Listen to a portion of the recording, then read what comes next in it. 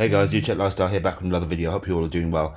In today's video, we're going to be talking about a little bit about Shiba, and this cryptocurrency could make you rich. Inflation torn on Argentina, locals use crypto caves. Nigeria urged to regulate cryptocurrencies to tackle financial crimes. XRP to flare networks via this development. Top cryptocurrencies to watch this week. BTC sold AVAX, and to cap this off, I got a series of videos that I want to play you regarding XRP development and what's happening, and also this crypto.com says big money Formula One UFC deals paying off as users base expands. So let's get this started. Shiba Inu. Forget Shiba Inu. This cryptocurrency could make you rich, according to this article, and this is from Yahoo Finance. It's no secret that cryptocurrencies can balloon to unimaginable prices seemingly overnight. No better example of this occurred in 2021 when Shiba Inu crypto ship skyrocketed to nearly 900% in a matter of weeks. Unfortunately, Shiba Inu is well-known defects will likely impede its ability to replicate its past success for investors seeking safer and more reliable path to riches in a world of cryptocurrency. There's no better choice than Bitcoin, and this basically breaks down that Bitcoin is likely to be better than Shiba Inu. I'm not 100% sure, because there are other tokens out there that are doing real world stuff, that are tokenizing assets in the real world. So is Bitcoin a good bet at the moment? Quite simply, yes, it could well be, because of the ETFs that have come out and all the BlackRocks and the Fidelities that are involved in this. That said, there are other cryptocurrencies that are cheaper and are likely to explode exponentially, especially XRP and other tokens like XDC, HBAR, XLM. Those are ISO 222 compliant tokens, so they are likely to explode. Anyway, moving on. Inflation torn Argentina, locals use crypto caves and avoid Bitcoin. See, there you go. Argentinians are using black market exchange known locally as crypto caves to buy United States dollar stablecoins in a bid to escape strict cryptocurrencies controls and triple-digit inflation of the Argentinian peso. Argentines are also reportedly shunning Bitcoin due to perceived volatility. Crypto caves are underground peer-to-peer exchanges operating secretly, tucked away in non-visible places. Cryptocurrency markets strategic alliances manager, can't say his name, told Cointelegraph. Right, moving on. Nigeria urged to regulate cryptocurrencies to tackle financial crimes. Let's read a little bit about this.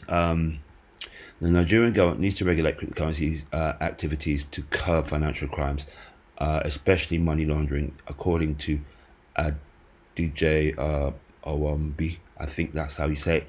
Sorry if I butchered your name. The co-founder of Nigerian blockchain intelligence service provider ADA Forensics, at a training for cryptocurrency compliance specialist by blockchain and digital forensic firm. I won't say it because I butcher it. Pointed out the lack of regulations in Nigerian crypto space permits various practices to go unmonitored. Look, this is not just in Nigeria. The whole industry needs regulation, and the video that I'm going to play you after this, reading all this lot, will highlight the need for regulation. And this is the XRP one. Right, coming on to XRP. XRP coming to flare networks via this development. Right, what is this development? Let's move on. Read it. XRP could expand its presence to flare networks and other decentralized ecosystems as FXRP, a wrapped version of the token with the help of Flare's bridging protocol layer cake. Hugo Filion, the co-founder of Flare Networks and CEO of Flare Labs, disclosed this in a recent statement on X. The move will become possible through Flare Networks' upcoming F Assets project, which would impugn smart contracts to assets that do not have them on their prospective blockchain. XRP coming to Flare and other ecosystems. Yes, XRP is expanding. It's also going to be more, I think, more the automatic money makers and the DeFi projects that are coming up are going to make it a lot more of an attractive asset, and that's likely to put the price up considerably. But don't take my advice on that at all. Yeah, this is not financial advice at all, one little bit. Right, top cryptocurrencies to watch this week are BTC, Sol, and AVAX. Why is that then? Crypto markets recorded a late minute scammer this week, with global crypto market cap soaring to 11% on a high of 182 trillion. The impressive growth, which a majority triggered by resurgence of BTC, with altcoins such as Solana and Avalanche making unique contributions as well. Here's a look at the top cryptocurrencies to watch this from the past 7 days. BTC is one of them. Let's find some more. I'm not going to read this all, right, guys, because this is too long. Solana and AVAX targets yearly highs. Oh gosh, how much is that? $40 a coin. The AVAX is. Solana is over 94, but it has hit over 100, and it has hit 200 in the past. In the past. Anyway, Crypto.com says big Formula One UFC deals paying off as users base expands. I'm not going to read too much of this. Crypto has founded itself as the front center of major fan bases in the world of Formula One, and the Ultimate Fighting Championship, a UFC, through lucrative sponsorship deals that have helped to drive cryptocurrency exchange growth.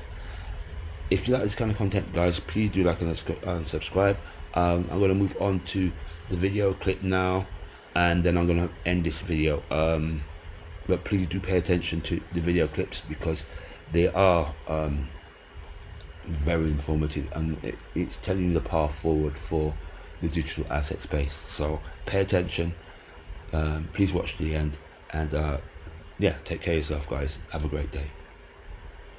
And to cap this off, I'm going to play you a series of clips regarding XRP and the potential and what's being built out on it, how long it's going to take. We're transitioning into a digital world. We need regulations, of course, and you're going to hear a series of clips by different members of the XRP team and other people talking about the rails that have been laid down and how long it's likely to take. And they reckon between 5 and 10 years. It could well be sooner if they have a black swan, in my view. But here you are. Listen. Oops. And so that's kind of where we are today. But I think to the last part of your question, this is still a very nascent technology and a nascent industry. Even though we've built a sizable business, the amount of activity that's ahead is extraordinary, right? I think the market for electronic money, the market for the kind of payment systems in the world, and the way in which that's going to be absorbed by an internet financial system is extraordinary. So I actually feel like we're kind of at the starting line now. It took us 10 years, but we're now kind of truly at the starting line for building this out in a much more meaningful way. So Jeremy, it's 5 years from now. Let's say we're at the beginning of 2029. Am I going to have a stable coin, your coin, Circle Coin, on my phone, and I'll be able to walk into any vendor at that point and transact? Or when do you think that happens? I think so. So if you think about where we are today, a lot of the technology that we, like digital currencies, stable coins, blockchains, digital wallets, all this stuff, as you probably know, being active in the space, right, still complex. There's still, you need to know too much, it's too confusing. And so the key thing that's happening right now is there are huge improvements being made in what I'll just broadly call blockchain infrastructure. What I'll just broadly called blockchain infrastructure. Look, Ripple at its core is a blockchain infrastructure company serving enterprises. We started with payments and financial institutions. We've moved into custody, a lot of overlap with those same financial institutions. But we're going to expand with that same thematic of infrastructure, enterprise-based. It served us well.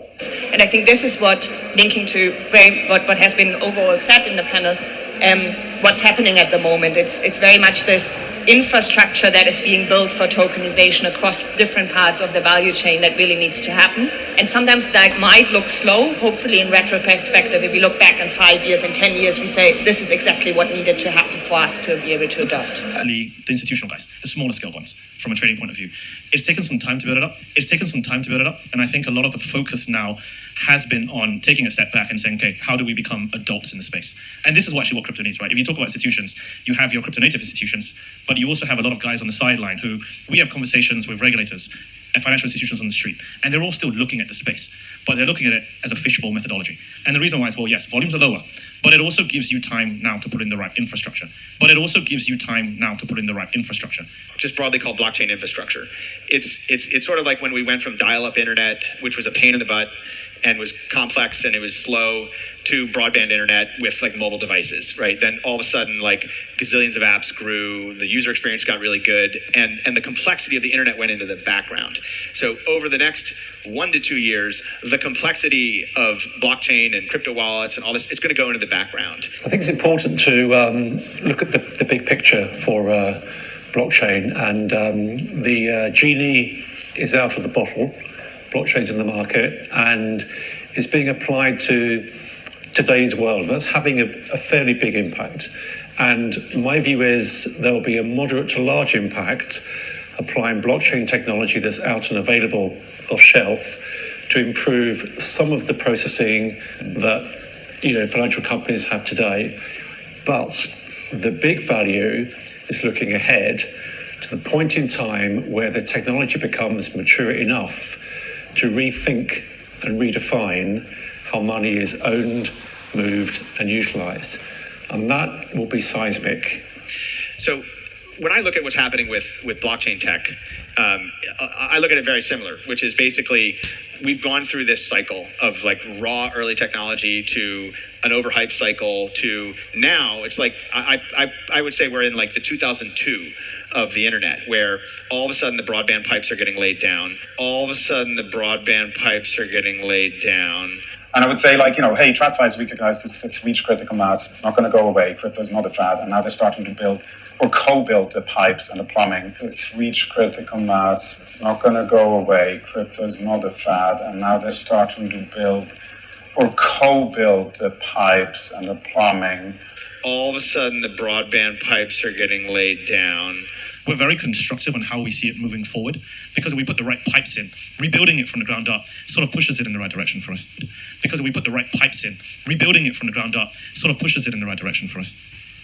All of a sudden the broadband pipes are getting laid down. All of a sudden the software that makes the experience of the internet far, far better is coming online. That's where we are with this. And so essentially you need legal certainty. So you need legal certainty on how these are treated and how they're used. That's happening. You need scalability. So you need infrastructure that can readily support, both from a user experience perspective and a raw throughput perspective, the kinds of things where you can do internet scale things. That's happening right now. And then you need a free market environment where you've got entrepreneurs and developers and other things building. And I think that has happened, and I think we're going to see another pretty significant wave of invested capital into people building on this now that we've kind of I think we're clearing away some of the debris, as it were. So I think my view is that that kind of mainstream catalyst and the experiences around those are really right in front of us, and we'll see over the next 3 to 5 years that sort of scaling out to where literally 1 billion, 2 billion plus people are interacting with this on a regular basis. Over the next 3 to 5 years, that sort of scaling out to where literally 1 billion, 2 billion plus people are interacting with this on a regular basis. And people tend to overestimate these kind of dynamics, maybe in the short term, but then underestimate it in the long term, which is. And whereas I would agree that the future is inevitably going to be the adoption of DLT technology and tokenization across traditional markets and tokenization of real-world assets, the time that's going to take in reality, I think, is a 5 to 10 year time frame. The time that's going to take in reality, I think, is a 5 to 10 year time frame. And the danger is that people get too excited too soon about the real speed at which this can happen, because the network effect required for everyone to start trading and holding tokens, it feels like we're a long way away from that. Ripple was set up 10 years ago to be the company to find real-world use cases for the XRP ledger and XRP, the digital asset. Separate company from the ledger and the asset, of course. And we really identified very early on that cross-border payments and moving value across borders was where we wanted to play and go after. And we've been doing that for 10 years. It takes time. And it's taken a lot of effort to build a network now over 70 countries. I think we have both a securities agency that has taken a particular view in terms of their ability to regulate this or to enforce in this. You've got other agencies taking a different view. Congress clearly has to act here. And I think it's unlikely in the current Congress that we're going to see comprehensive crypto markets regulation. So that'll be a 2025 thing.